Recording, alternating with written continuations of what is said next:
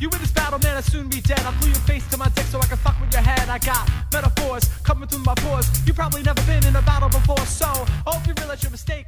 There ain't no party, got some candles, this will be a piece of cake. Put your face. Folks, welcome to the Before Hours podcast, internet radio phenomenon hosted by an occasional morning person. I ask the most interesting people I know about their sleep, their routine, life, love, stress, and setbacks. If you want to talk to us, you may do so in one of two ways. Comment below if you're watching on YouTube, or you could slide into my DMs on Instagram, Bobby Sheen, LOL, because you know I bring the laughter. And now I'm very excited about this guest. He's a hilarious guy. He has a new comedy special that I'm sure we're going to talk about. Yes. And I'm going to go ahead and say it. A good man, Jake Vevera. How are you, Jake? Thank me. Yeah, thank you. What's up? I'm a good man. You're a good man too. I appreciate that. I believe in bigging up the bros. Yeah, thank you. I'm happy to be And here. bigging up the ladies too. The ladies, the bros.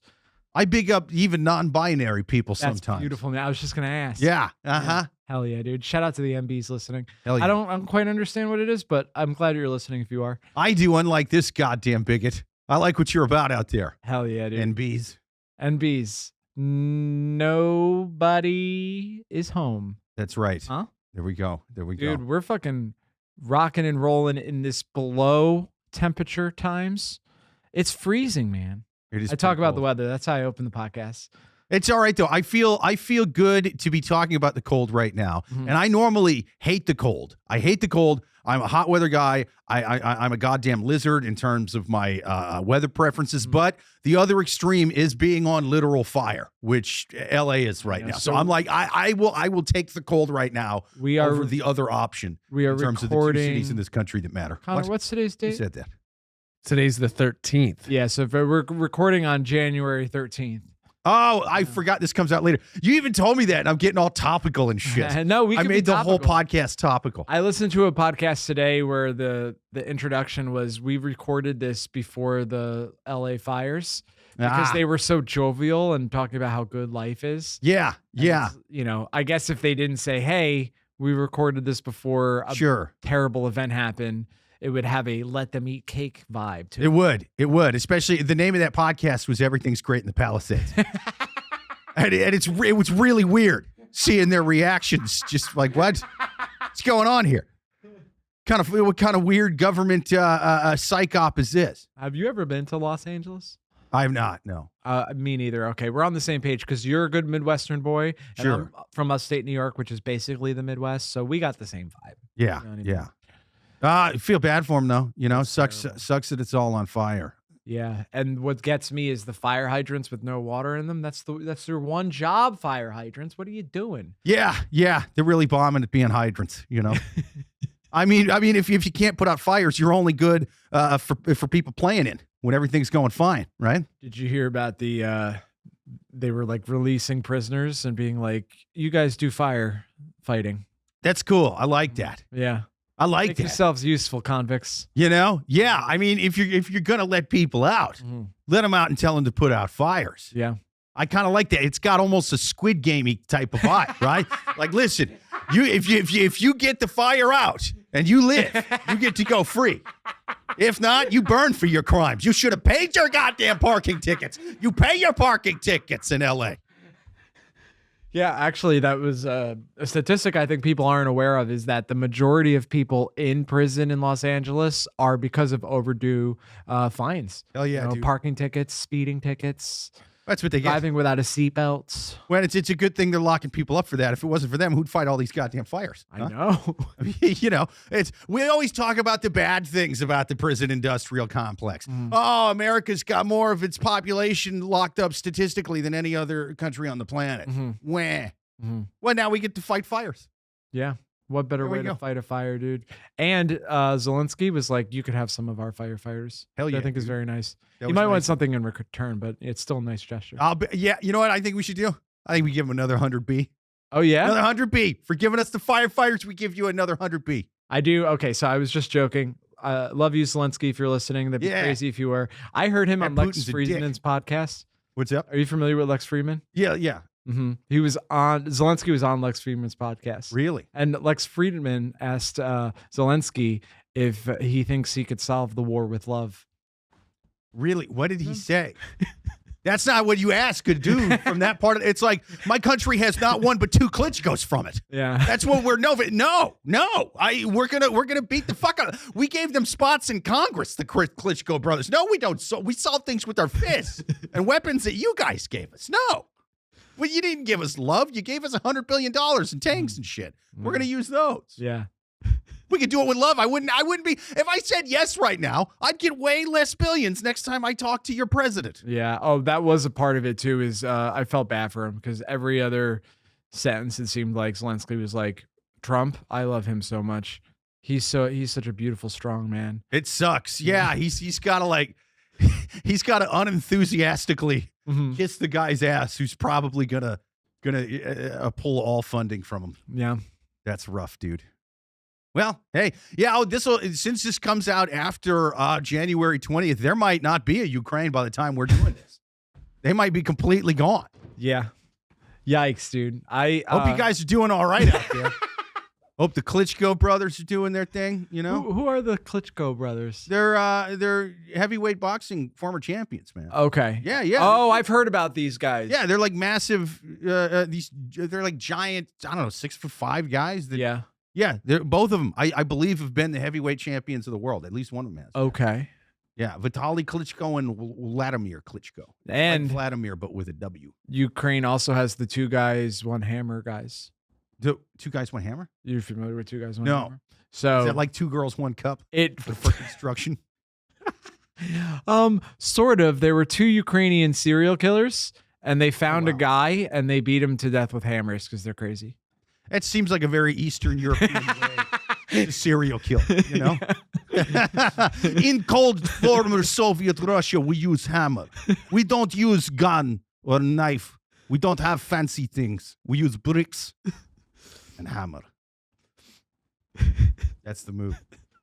You don't fuck with that serial killer. You know what I mean? Yeah. That is a serial killer who makes other serial killers his bitch once he goes to prison. And then when the Russian invasion started, they did let out some. That's the thing. When shit hits the fan, I guess people are like, maybe these prisoners are useful because a lot of Ukrainian prisoners were like let out. Dude, like, do your thing. I think Zelensky went to the two boys, 1 hammer guys or whatever, like whatever their names are, and he's like, 2 boys, 1 hammer. Would you like be free? You must go run a tank with hammer. We don't have enough guns, but we do have hammers, and we have 2 boys, but only 1 hammer. Run a tank. Whoever has hammer, run a tank. Whoever does not have hammer, pick up hammer when first man is shot.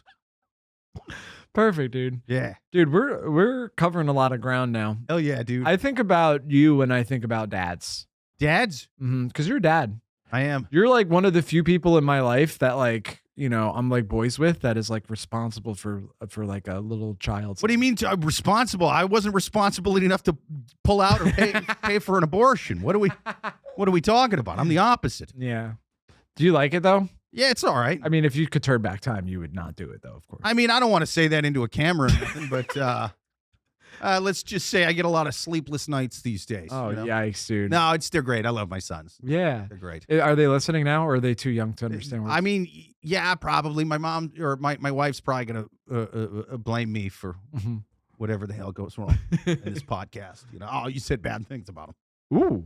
So what would you say? No, there's got to be a new dad. There's got to be a new dad listening right now. What advice do you have for them? Ooh, no pressure. Need dad advice. Dad advice.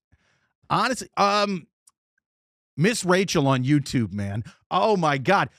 You know, before I had kids, I was always like afraid to have kids because I'm like, oh, I don't know if I could have kids with the world and the way everything is now, and I don't have enough money and stuff like that. And the second thing is still true, but now having kids, I'm way more optimistic about the world than I was before, because now instead of I don't know if I could have kids now, it's I don't know if I could have kids before Miss Rachel on YouTube. You know what I mean? Like as far back as pre-COVID, I'm like, I don't know if I could do it because you pop her in front of the kids and it's like heroin for toddlers. It's great. I'm telling you, one iPad with Miss Rachel on it, and I get a bottle of whiskey and 3 hours of Red Dead Redemption 2 for me. Ooh, so, okay. Yeah. Who is Miss Rachel? She is a YouTube star who it's sort of like Sesame Street, but before that, and actually she's gotten so big that she has Sesame Street people on there with her. Okay. Yeah, like how like rappers collaborate all the time. It's like that with kid stars now. Elmo shows up and starts dropping bars with Miss Rachel. You're like, what the fuck was that? And then he goes away, and now she's like, quoting Disney stuff, and I'm like, dude, she could pay the rights for all of this. This is crazy. Does she sing? Yeah. But it's like row your boat, stuff like that. I don't think that one specifically. She must not be able to afford the rights to row. Wait, no, I think I have heard her say that. Honestly, I don't really pay that much attention to her when she's on. I'm like listening to podcasts and shit. I don't know. For all I know, after the first 30 seconds, and here's my friend Alex Jones. And then he's just like, the government and the deep state are trying to trick you. Look at the drones. They're turning the frogs gay. They're turning the frogs gay, kids. They want to turn you trans, and I'm just, I have no idea. But after the first 30 seconds, I'm listening to podcasts. That's my point. It's great because of Miss Rachel. I barely have to be a dad at all now. Hell yeah, dude. Yeah, it's amazing. Well, I mean, that's important. You put them in front of Miss Rachel, then you come all the way over here, do the podcast. Oh yeah, that takes about an hour, and like a half hour to get home. That's 2 hours. They're fine. Not gonna lie, my kids are duct taped like the guy in Clockwork Orange with Miss Rachel right now. They ain't even being watched except for by Miss Rachel and possibly Alex Jones, whoever she brings on after Elmo. I didn't read the entire lineup. You brought up Alex Jones a few times. Is that because there's a good chance he might be in Trump's cabinet? Yeah. I mean, he probably would be. Maybe by year 2. He used to be just like such a fun meme, and I guess to some people he is. Yeah. But when he was like, I actually think the Sandy Hook parents are lying, it became a little. I'm just gonna go ahead and say it was a little less fun. After that. I'll go out. Yeah. I think Alex Jones was out of line, and I don't mind saying it. I'm not afraid to say it. Yeah. Even though I look like I'd be way into Alex Jones. I know, dude. Yeah. I have resting stop the steel face. Yeah. Yeah. I look like every time I make love to my wife, I'm picturing Ashley Babbitt the whole time. My favorite. Which, yeah, I mean, I am, but for non-political reasons. She was great. Yeah. She was a looker, wasn't she? Yeah. Yeah. Say what you want about MAGA thruple women. They're not boring. That's not one of the insults you levy at those women. No. She's not lying back and think of in England, I'm sure. Yeah. She's great. Yeah. I don't know if I could deal with that. Who's the lady from Idaho? She's kind of crazy too.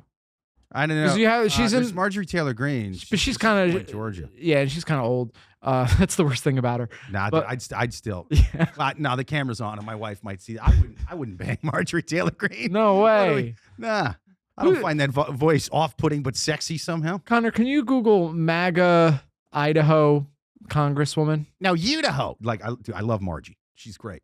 Okay. Are you trying to get a spot on our podcast? Hell yeah. That might be the way for podcasts to go, is like we all have to pivot to the right. I think that might be the way. A little bit. Megan? You looking for a Megan Blanksma? No, okay, that's just a name that popped up. She's not a congresswoman anymore. She's a former congresswoman, and she's from Idaho. I'm going to be so annoyed once I hear the name because I'm going to be like, of course. Yeah. That's what it was. Tammy Nichols? Tammy Nichols sounds familiar. They all sound like porn stars. I'm just reading the headlines based off of what you said to put into Google, so I'm not fact checking these deeply before I'm sharing them. Yeah, no, that's okay. I mean, the listeners will hold you accountable, Connor. But I don't even know what that means. I had someone call me a Zionist today on a video that had nothing to do with Israel. That's cool. Yeah. What was the video about? It was my friend Bo and I were talking about the subreddit moving to North Korea.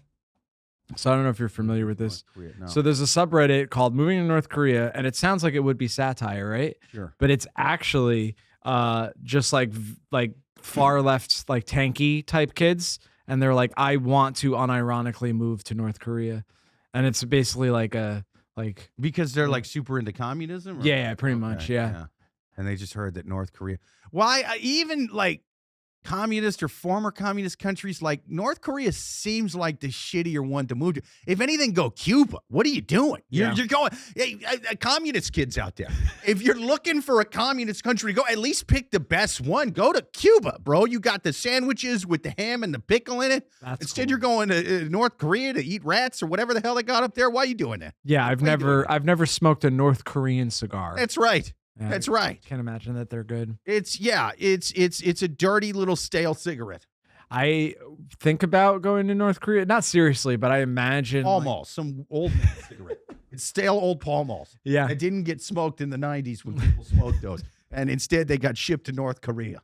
And that's a North Korean cigar. If you could go to one like dangerous country, which country would you go to? Sounds like Cuba's in the running. Cuba's in the running for sure. Mm-hmm. Yeah, something. I mean, because if I got to worry about getting killed, right, I at least want it to be pretty. So it's someplace in the Caribbean, maybe. Okay. You know what I mean? Haiti. Oh, when folks are getting dropped in DR? Yeah. I would go to DR, Mhm. get shot at a restaurant with Big Poppy, eating some mofongo. It's got to have good food. You know what I mean? So like DR's got good food and it's beautiful. That's how I want to. If I had to pick my way to go, if I went early, it would be getting shot over a giant plate of mofongo, drinking some coquito with Big Poppy from the Boston Red Sox. This is not a riff. This is something you've thought about. Yeah. I could feel it. Yeah. And then I want them to put on my tombstone, went out right. He went out on top. Yeah. I think going out in a hail of bullets might be the way to go. Hell yeah, dude. Drinking that like really good rum, because a lot of rum's not great, but like when you get the really, really tasty dark rum, like the really good stuff, then it's amazing. Yeah. You're an Most alcohol rums- guy. Yeah. What's your drink of choice? Honestly, whatever's cheap, whatever's on special. What do you got? What you got in there? The cheapest beer on tap? Yeah, it's it is. I do feel a little bit ashamed, a man my age walking up to bartenders at this point, being like, whatever beer's cheapest. Yeah. But that'll do it. I mean, I do like whiskey, but I have heard that the hangovers are slightly less, and there's slightly less calories with clear alcohol. So I tend to go like tequila, vodka, that kind of thing. Oh, okay. Less and I do like beer, but again, there's more calories with it. So if I can, I like to stick to tequila soda, vodka soda, things like that. Of course, wine with food. But really, I'll drink anything. I mean, there's not anything that like I don't drink. If it's there, I'll I'm down. But in general, I'm like I've aged horribly enough, and I've gained enough weight with food, so like I might as well. Whereas like the alcohol will still work no matter what it is. So I'm like, I'd rather have the least amount of calories while I'm drinking the alcohol, and then I can really go crazy on the food. I'm imagining you as a nutritionist, and you're like, well, yeah, it's in, like a lot of people, it's like my nutrition course is not necessarily going to be for the people trying to get the six pack back. It's not going to be for the people trying to look like The Rock or something. But I'm like, look, if you're trying to live like a degenerate, but not look like too bad, then, kind of do what I'm saying. Like you can still eat pizza and stuff like that, but skip breakfast. Just go with the 0 calorie, 0 sugar energy drink. That's your breakfast. Boom. We're down to 2 meals a day now, people. We're down to 2, just like that. And the beautiful thing about a Monster Energy drink with no sugar or calories in it: A, 0 calories; B, appetite suppressant. It's basically legal amphetamines, legal low grade amphetamines. 20 years from now, our grandkids are going to be like, they used to let people drink this shit, back in the instead of using it to like clean their cars or something. Yeah, I use it to get rust off, but these people used to drink it. So you're a caffeine guy too? Oh yeah. Every morning. Every morning. Let's get into it, Jake. What's your morning routine? I drank one on the way here. You drink coffee at Monster 7 Energy. o'clock at night? Yeah. Yikes, dude. I was doing a podcast. What am I going to drink a non-caffeinated drink into a podcast? That's wildly unprofessional. You are ready to roll. Oh fuck yeah, dude! I will tell you that. Brought to you by Monster. It's not even they don't even pay me. Use promo code Before Hours Podcast to That's get right. your first order free. Oh man, Used to be lit. You specifically actually would be a great mascot for Monster Energy. Oh yeah, dude. Yeah. I look like a walking, talking can of Monster Energy drink. The no My sugar spirit ones. animal is whatever Monster made that little. That's you, dude. Yeah, that's my spirit animal. Whatever one made the little claw mark on the can to make the M. I've been obsessed with like juggalos. Sure. Right, and there's like So you're a big Fago Cola guy then.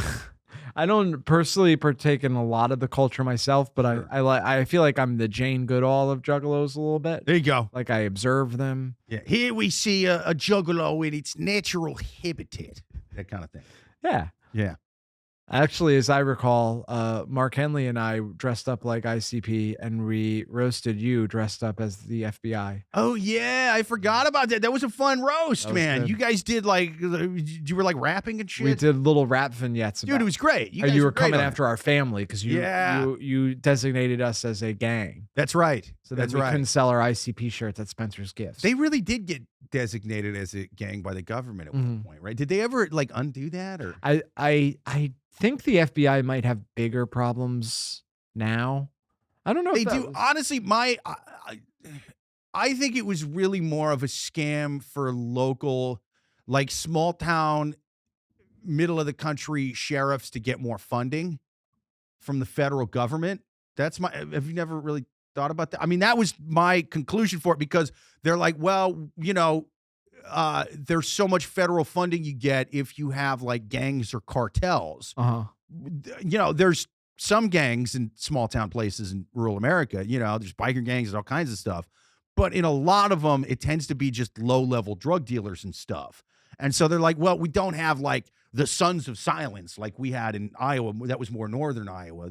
I'm from Iowa originally, but they're kind of like all over northern Iowa and stuff like that. And like, okay, we don't necessarily have a big biker gang here, and there's not a strong cartel presence. But what we do have is these goofy little kids with piercings with this fucking weird thing with a meat cleaver. Mhm. That's a gang, right? Huh? Give us money. It's a gang. Look at these guys. They're running around. And a lot of ICP fans, let's face it, you know what I mean? Like they tend to commit low-level crimes, you know what I mean? Selling drugs. Not a lot of it, you know what I mean? It tends to be like an 8-ball here, an 8-ball there. But they do get arrested for committing small crimes. They do have these goofy tattoos. I think it's a gang. And so it's I think, a way to get more funding. I think you might be correct. I'm mad at myself for never thinking of it. That's an that angle way that was before. never crossed with you? No, Really? I had no idea. Yeah, that was my whole Huh. little conspiracy behind it. I mean, that would be genius. A genius way to get federal funding. That's right. Yeah. I'm imagining I'm ICP anon. ICP was actually Team Harris, Really? Yeah. Oh, that's right. They did Mhm. come out and support Harris. which I mean, she still lost Michigan, but the clown posse tried their best. I can't believe the clown posse did not come through. Well, now to be fair, I don't think a lot of ICP fans vote. So there's that. They don't seem like they're lining up with the campaign T-shirts and Mhm. stuff like that. And a lot of them might not be able to vote Yeah, that's right. because they're felons.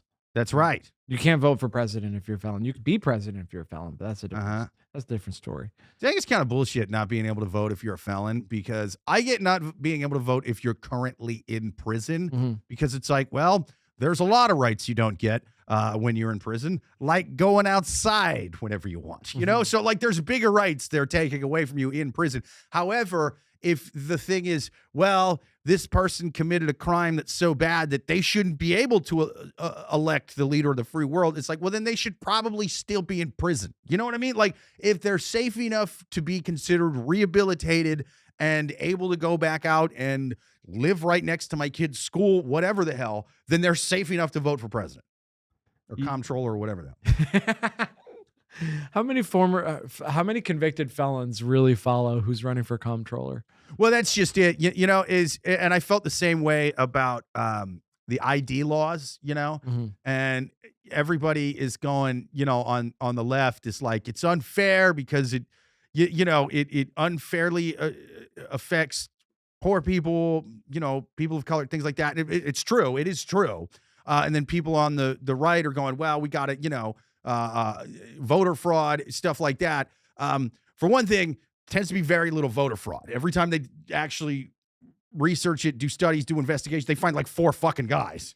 And half of them voted one way, half of them voted the other. There tends to not be a lot. But also, I'm like, look, it's a moot point to me because I've known people, especially back home, who just didn't have ID. Not like, oh, I lost my wallet and the new one's but just perpetually don't have ID.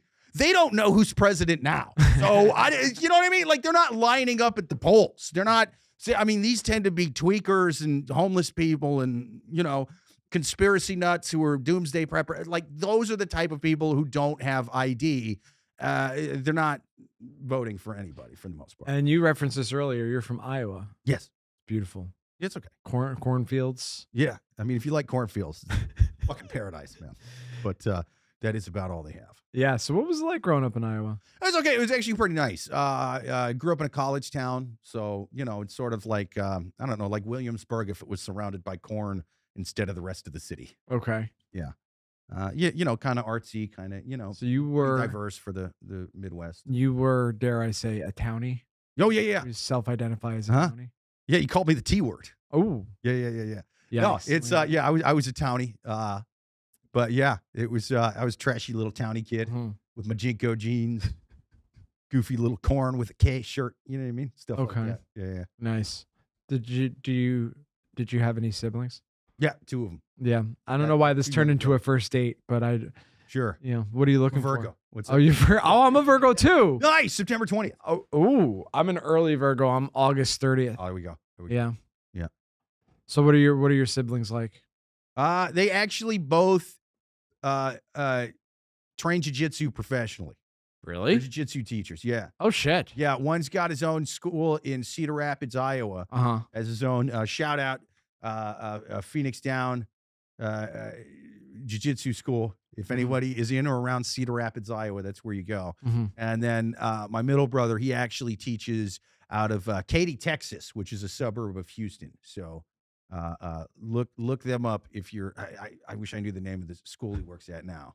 Oh, don't worry. Our listeners are doxing you and your family as well. There you go. Well, no, don't dox them, but pay to get jiu-jitsu from them is what I'm saying. Yeah. Unless you really hate me, then I guess dox them. Now, listen to my special first. Are you? Oh, yes. So we'll plug that at the end, of course, but it's called UnAlived by Dog Pills. By Dog Pills.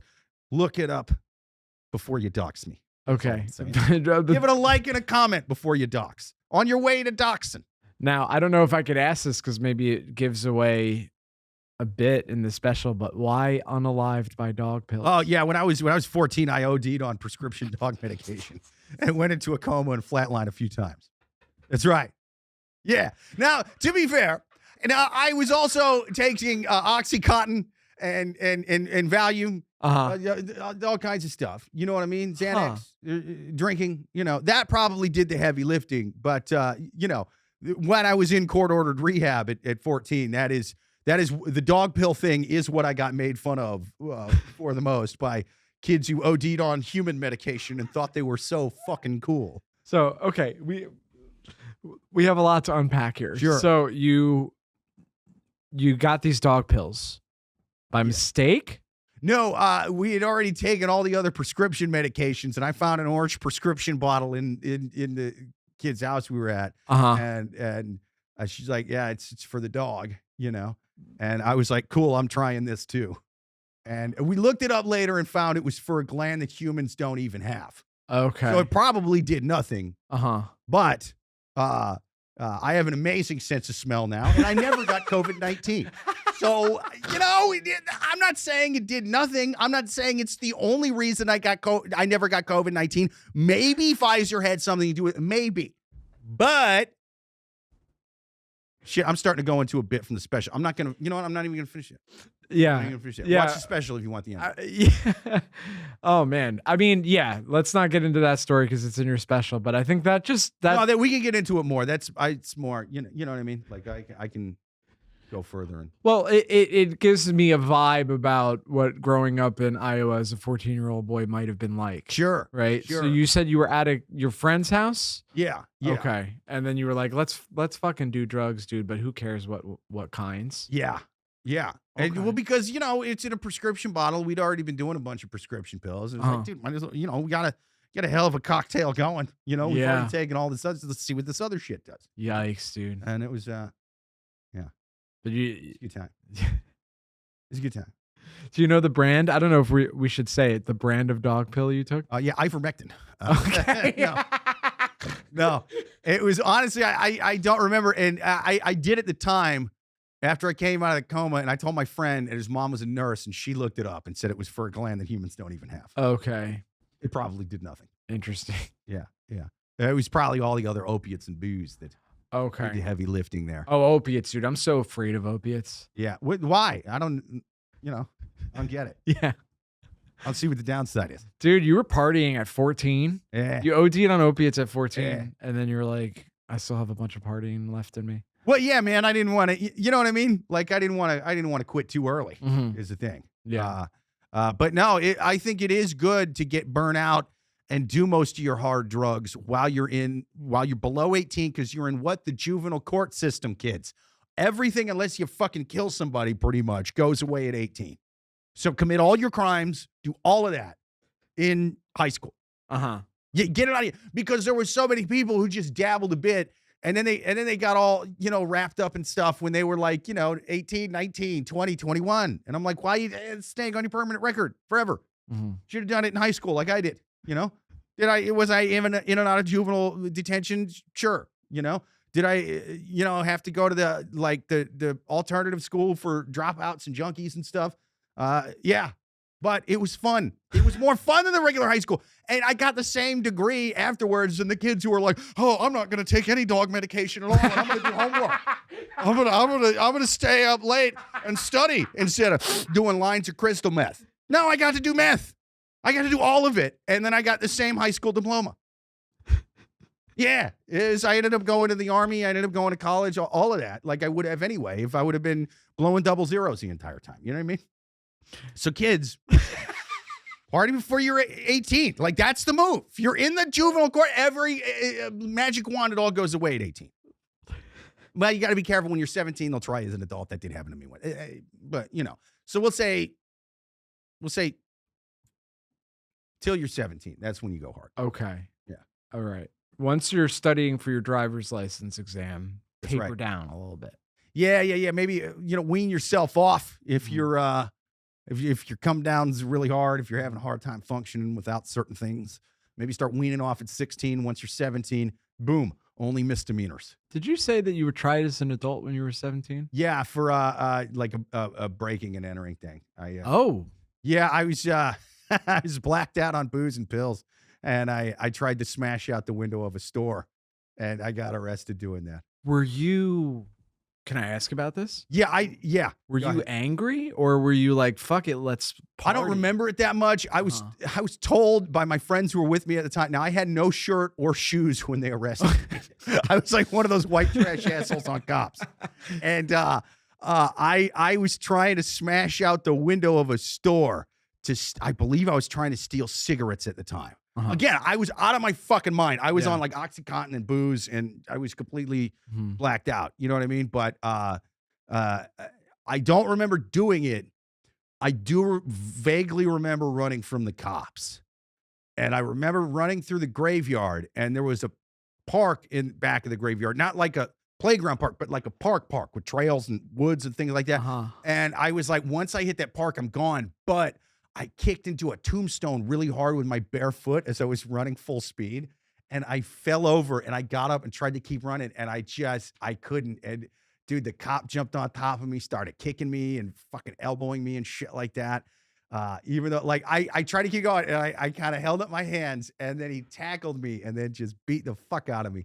And man, as soon as the handcuffs hit me, it was sort of like, I don't remember doing it, but it was sort of like a little voice of clarity came into my head and was like, you just got arrested for trying to break into a store.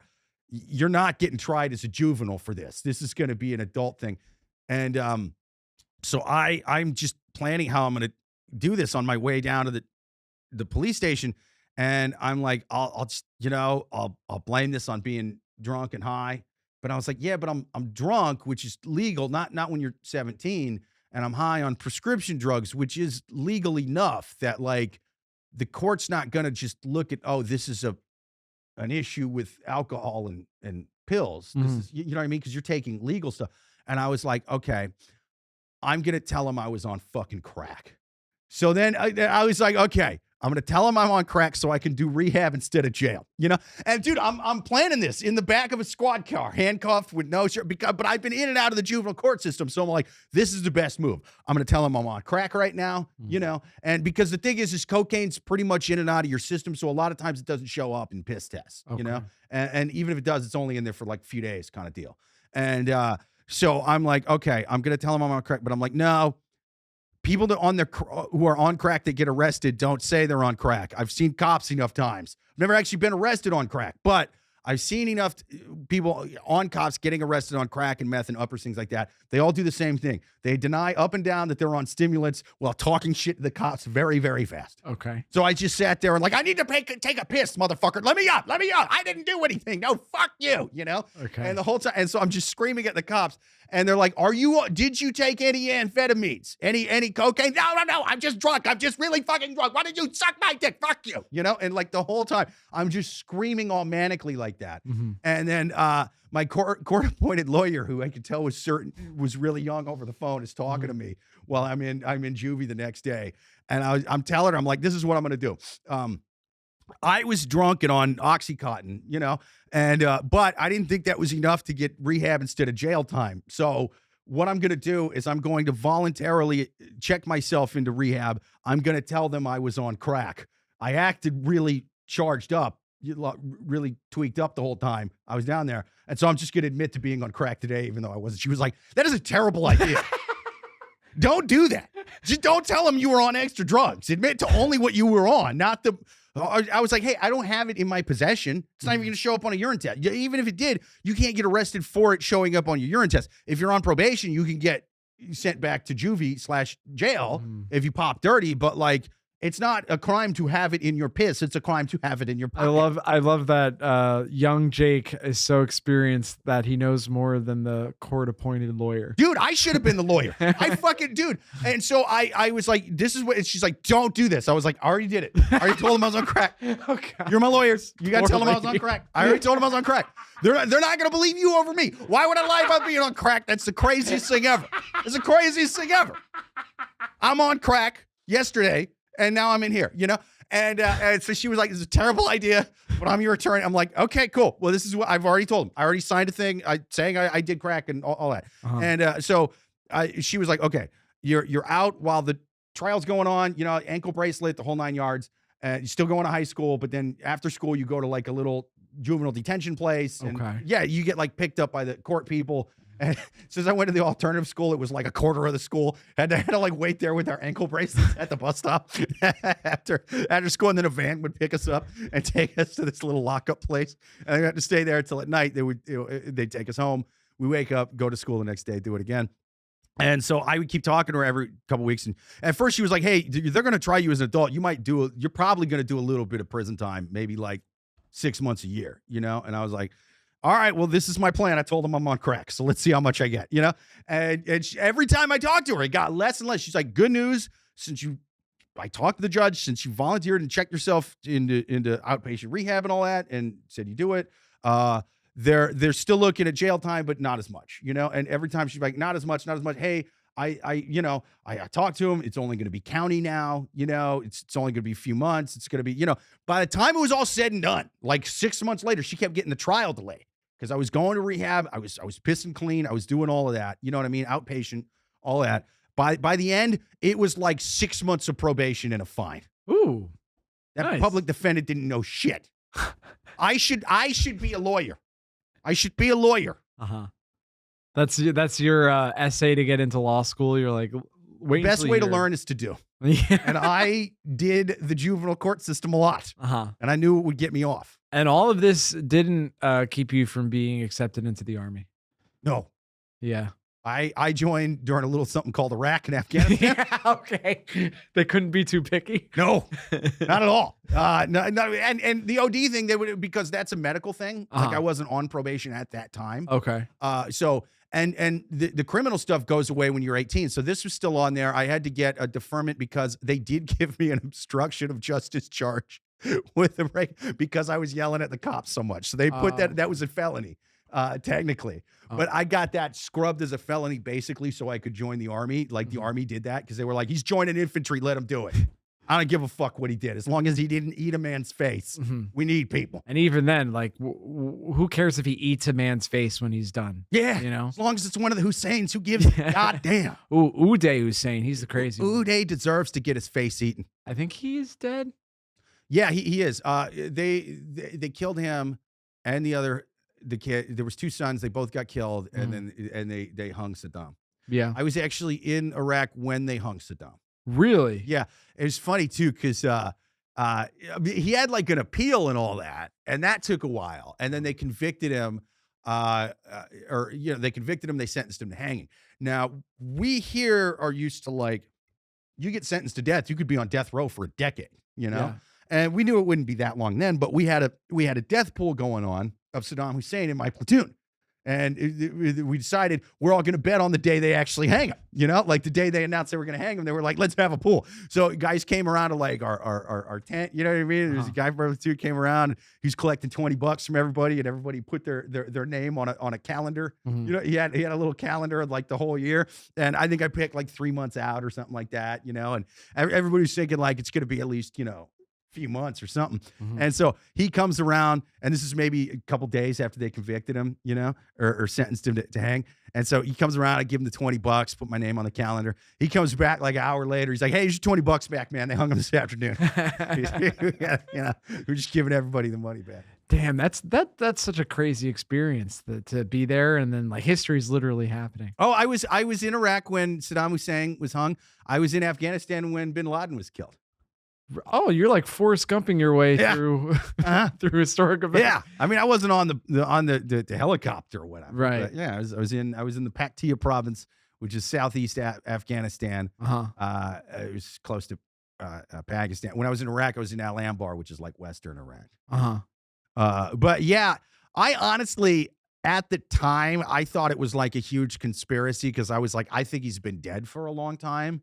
And they're just not telling anybody. Yeah. Okay. Yeah. Because they, the weapons manufacturers want to keep the war going. And then they announced he was killed, but they like went out of their way to like not show pictures of the body. And they were like, we just dumped it in some weird spot in the ocean. Go about your business. And I'm like, what? Come on. This is bullshit. But I thought it was the type of thing where they bombed the hell out of some caves that they thought he was in or a house. And they were like, well, there's nothing really here to identify. I guess we'll just keep going, but honestly, I think that story holds up now just because I'm like, it didn't happen like right before an election or anything. It just kind of happened in some weird spot, so I was wrong about that conspiracy. I'll say it here on the podcast. What is Afghanistan like? Oh, it's shitty, man. I don't know why I was expecting a different answer. Yeah, no, go buy a timeshare there. It's great. It's property value is, and I know the price of eggs has been going up here, not in the Kush Mountains, baby.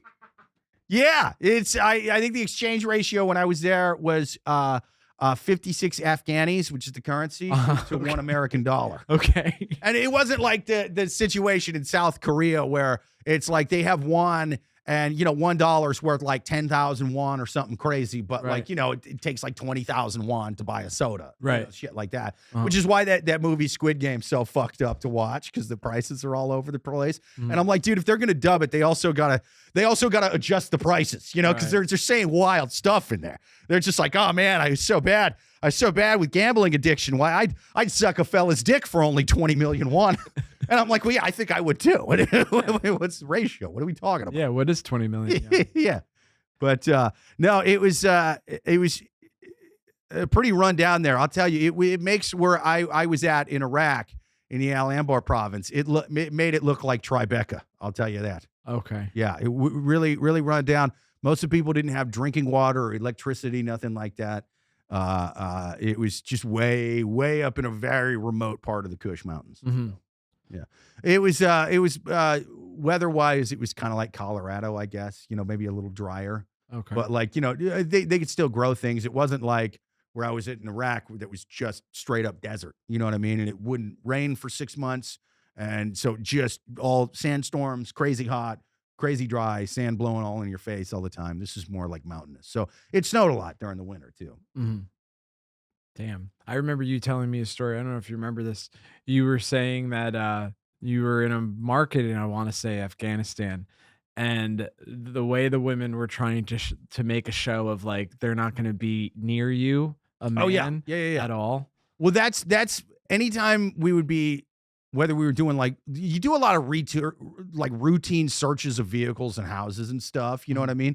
Now, if you've just been getting shot at, or you have like intel that like, hey, there's a high priority target here, high value target, then you're going in pretty hot. But like for the most part, it's just kind of, hey, we got some intel. Can we come in, look around?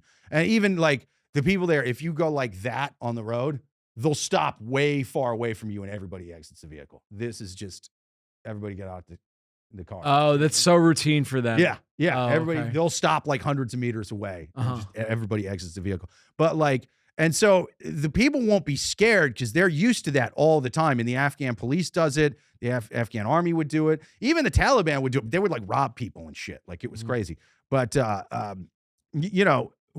we did enough routine searches to where like the people wouldn't be nervous, but the women would be doing like almost like a formal display of like, I'm actively not looking at a man. You know what I mean? Right. And they even told us when we went over, they were like, dude, don't talk to the women at all. Because like the guys won't do anything while you're there because you got a bunch of guns and shit. But like you could be causing that woman serious problems. Oh, jeez. And it happened in the past in that area where like people had tried to, hey, are you okay? Things like that, or tried to talk to the women, give them food, something like that, and then they, you know what I mean, like honor killings, like they still did that there. So Yikes.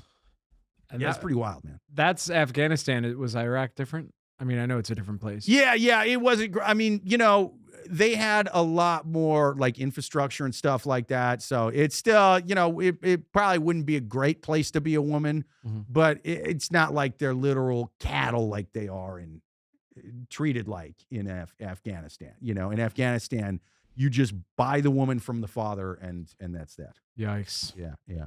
Now I had a funny story about that. So our platoon had 2 interpreters, and they were guys who, for the most part, all the interpreters over there went to college in Kabul. That's where they learned English, and then they would work with American military units, and they would make a lot of money for over there because they had. I think I read a national statistic at the time. The country average was like over 70% unemployment. You know what I mean?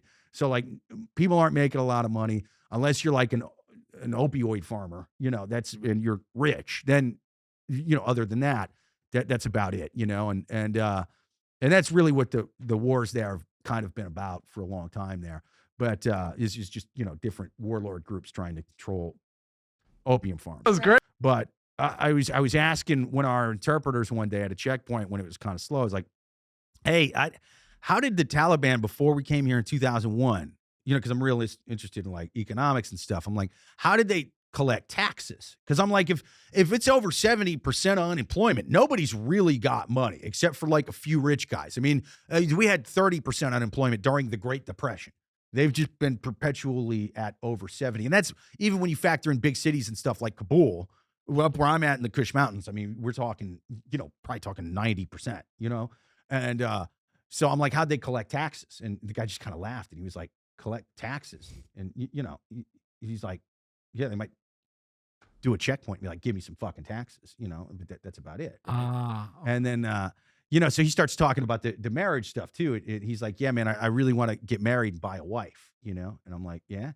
What do you mean buy the wife? Because I knew it was oppressive toward women, but I didn't really know the nuts and bolts of it, And again, most of their English was learned at Kabul, so it was just it would be a lot of mission-based stuff, but some stuff would kind of get lost in translation, right?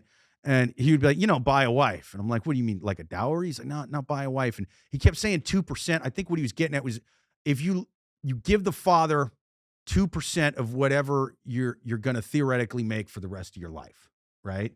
And the idea is, since women can't work or do anything there, like once they like get their periods and stuff, they throw on a burqa, they can't leave the house without a male family member. You know what I mean? And they can't look at anybody, they can't talk to anybody, like that's it. So hence, if you die or leave her, she goes back to her mother and father, but she's like a financially worthless thing that can't work or whatever. She can't get remarried, she's not a virgin, all that. So the 2% ideally is supposed to be for if you leave her or get killed. But again, over 70% unemployment, they're not holding on to it real tight. It's just a formality thing. And that's where they come up with the number, but they negotiate and all that. And so he was saying they wanted like, 10 grand or something, US translation from this interpreter, this other interpreter in the platoon. And so this guy I'm talking to is like, yeah, I just don't have enough money to buy the wife, and I was like, yeah, it's wild.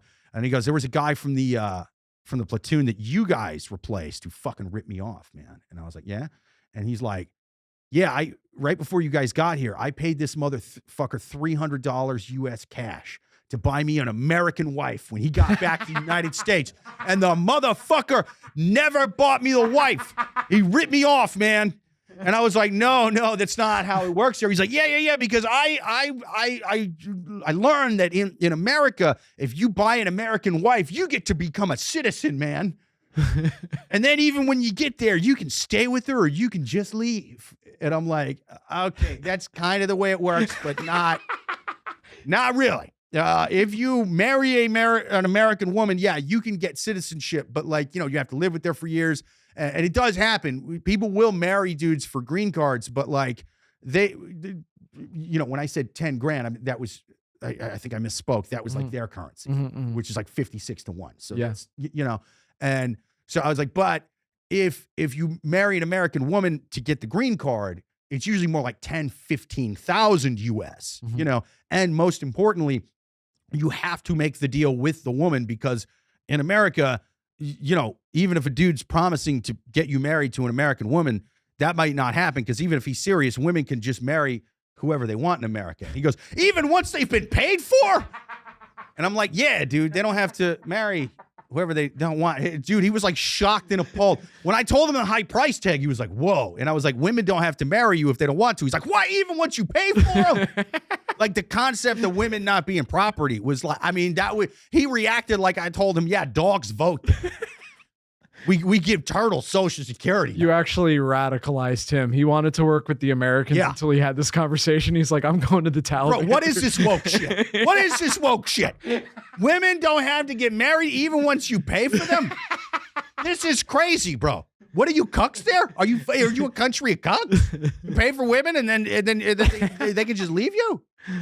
This is bullshit. Oh, man. Yeah, he didn't. But I told him, I was like, well, no, women can basically do what men want to do there. And honestly, it's more of a thing that dudes kind of pay more during divorce because usually what happens is a guy gets divorced and then he has to give a woman half his stuff. And he goes, not in Afghanistan. Like, oh, yeah. I forgot. It's very bros before hoes up here in the Kush Mountains. That's right. Yeah. No, it's a crazy That's actually place. what Allah Akbar translates to. It does. Is bros before hoes. Bros before hoes is the actual literal word for word Quranic translation. So you were in the army for many years. You did Iraq, you did Afghanistan, and then you come back home. And then what happens? What do you do? I got out. I finished college. I got a lot of it done in there. You know what I mean? Because you can kind of do that when you're back stateside. And so I got most of that out of the way. I finished up, just got a bachelor's, and then started telling dick jokes. Came to New York, and then nothing happened. Yeah. Now I'm here. Now you're here, dude. Now I'm here. I've finally made it. And I'm on the pod, bro. You're on the. I'm on the pod, bro.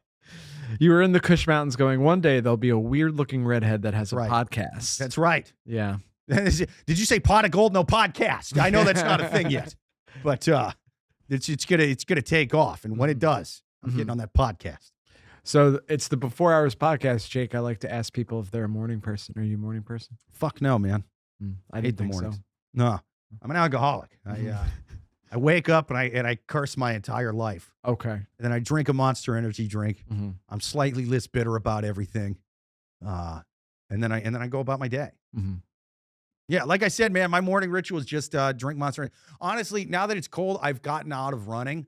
But I was, instead of waking up with the Monster, I was waking up with some of that workout powder. Like it's sort of like energy drinks, but in powder form. Like you mix it in You're talking about pre-workout? Pre-workout, yeah. And so I would drink one of those but and then I'd go for a run. Okay. I thought you were going to say I would take that and then not exercise at all.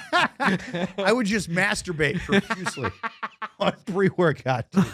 Yeah, oh, it's so much fun to run on this. Yeah, try coming on it. It's amazing. I see, I'm not a cardio guy at all. I hate cardio so much. Yeah. Like I'll do it, but every moment I'm doing it, I'm like, I hate this. I hate this. I hate this. No, within the last like 6 months or so, I've kind of plateaued off since, Mm. November or whatever, just because holidays, I've been moving that whole thing. Mm-hmm. And then, plus it's been bitterly cold. So I think I only went running once last month, but yeah, I was doing it like almost every day for a while. And I lost 30 pounds within a few months, man.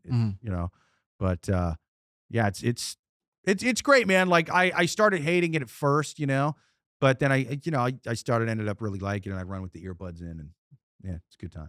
Now, do you listen to music when you run, or are you one of Oh, yeah. those psychos that listen to a podcast? No, No offense if anyone's currently running. Yeah, if you're doing the old left, right, and you're listening to my voice right now, you're a goddamn sociopath. You're like Christian Bale in American Psycho, just listening to music reviews instead of music while you work out. Mm-hmm. No, yeah, I just do a podcast.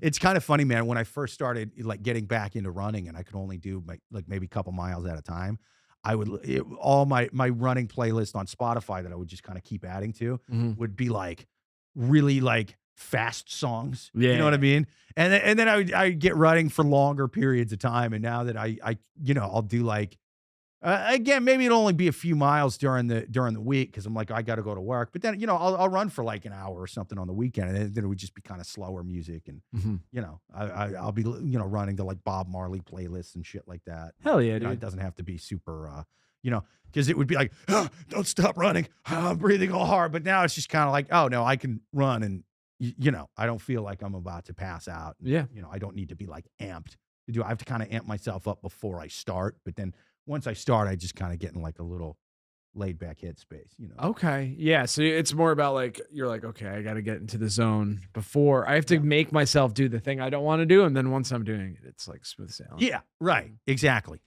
And that's not necessarily the case if I'm running in the cold. That always fucking sucks. Yeah. But I'm like, I don't want to lose because dude, I did an hour run where I was living in Woodside, Queens before I moved to Rego Park on the 1st of this month, right? And I would run from Woodside, Queens into Manhattan across the Queensboro Bridge, and then run back, and that was kind of my longer one, And then I wasn't running much during November, and from Thanksgiving on, I was fairly busy with just moving and looking for an apartment and stuff like that. And then I was like, I'm going to do the hour one again after just taking time. And I'm like, dude, that almost killed me. And I was doing that like, a couple times a week there. And yeah, I might be a little bit sore the next day, but I mean, I could barely walk. And I'm like, I only took a few weeks off. This is crazy. Mm-hmm. Yeah. Yeah. It sucks when you take a little amount of time off, and then you're like, it's as if I never did it. Yeah. Yeah. And especially when I first started getting back into it, it was, you get sore working out when you're younger, and it's like, oh, my muscles are sore. But now I'm like, oh, my joints are fucked up. And that's so much worse. It takes the joints so much longer to recover. And I was even having a thing happen where my taint would get sore.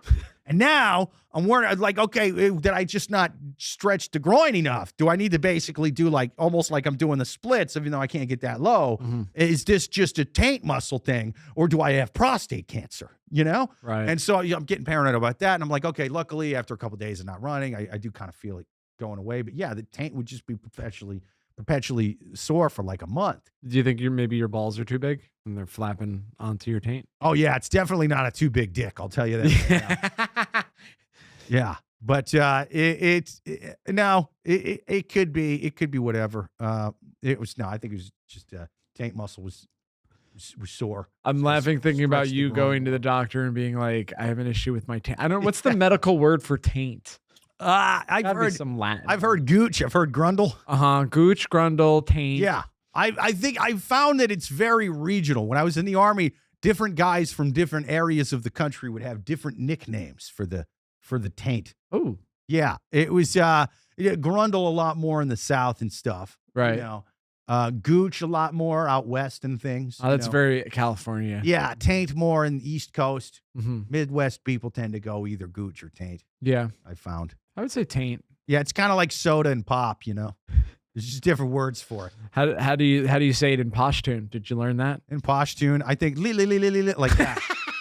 Yeah. That's what those guys are saying in those videos. Yeah. They're just yelling about their sore taint. They yell taint right before they blow themselves up. It's right.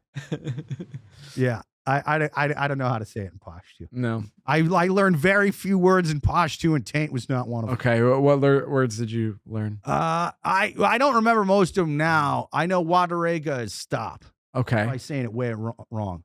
That's Wadarega. 4 syllables? Yeah, well, for a no, one Wadare, syllable? you can say for short. Ranalay. Okay. Wadare. Mhm. Yeah, Wadare. Mhm. Yeah. Because if you're yelling it, you're usually yelling it and you're trying to be like forceful. So you don't Yeah. want to do too many syllables. Yeah. So, but Wadare, you Yeah. can do that. Like, Uh-huh. and it's that. Wadarega, it's like, what? Did he just ask me for water? What the hell was that? I'm sure also stop would have worked fine. Yeah. Dude, one time, so I remember Singay was what's up.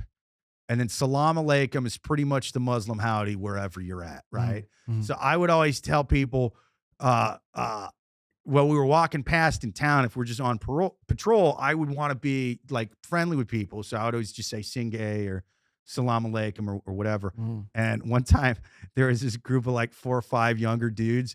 And one of them, I love this man. He will forever be one of my favorite dudes on the planet ever. I'm just in some town over there, and he mocked my American accent to my face. You know, I walked past him, and again, I only knew a few words, so I'm not saying it with good dialect. Yeah. Like I'm saying it bad, you know. And I just walked past him, this group of guys, and I just go, "Salam alaikum," you know, and he gets his eyes all big, and he goes, "Malaikum salam." They all start laughing at me and shit. I start laughing. It was the funniest fucking thing. But I'm like, it's ballsy. Because don't get me wrong, for the most part, unless we're reacting to contact, we wanted to be liked there. Right. You know, we wanted people to like us. We wanted to we'd give people food. I would have people send me Halloween candy, and I put it in my cargo pocket. And unless again we're reacting to contact or some intel, like something. If we're just out talking to village elders or something, I would fill a cargo pocket with Halloween candy. I give it to kids. So I want to be friendly. You know what I mean? And for the most part, people there knew that. That said, we're friendly with the nation of France. If I walk past the embassy and I just see some guy with his beret and an M16, I'm not going to walk up to him. Because it's like, yeah, he's not going to shoot me and create an international incident, but I might get a muzzle in the face or something. You know what I mean? I might get that butt stroke across my chin. Something might happen to me. So that was ballsy for sure. And you know what else was ballsy? Yeah. Coming on this podcast, man. I Oh, yeah, appreciate dude. it. We've reached our time. So, Is that time already? Time flies when we're having Yeah, fun. I'd love to come on again. This was great, man. You have a open invitation. But guys, check out UnAlived by Dog Pills on YouTube. Yes, Unalived by Dog Pills. Give it a like. Like, subscribe, all that. I put it out on my basically unused YouTube page. So it can use all the love it gets. So Unalived by Dog Pills. Like it, love it, share it with a friend. Comment on it, say that you found him on here, and I will like that comment. Ooh. Yes. And I normally don't do this. I'll blow you. Remind me I said that. I will blow you. Guys, I'll blow you too. You'll get a double blowjob from me and Jake. But if you can't tell by looking at me, I give really inexperienced, toothy, straight man blowjobs. So it's going to be uncomfortable. Sure. And I'm going to be crying the whole time. Yeah. Folks, early to bed, early to rise makes a man healthy, wealthy, and wise. I'm just playing Night Owls. You know I love you. Later. Thank you.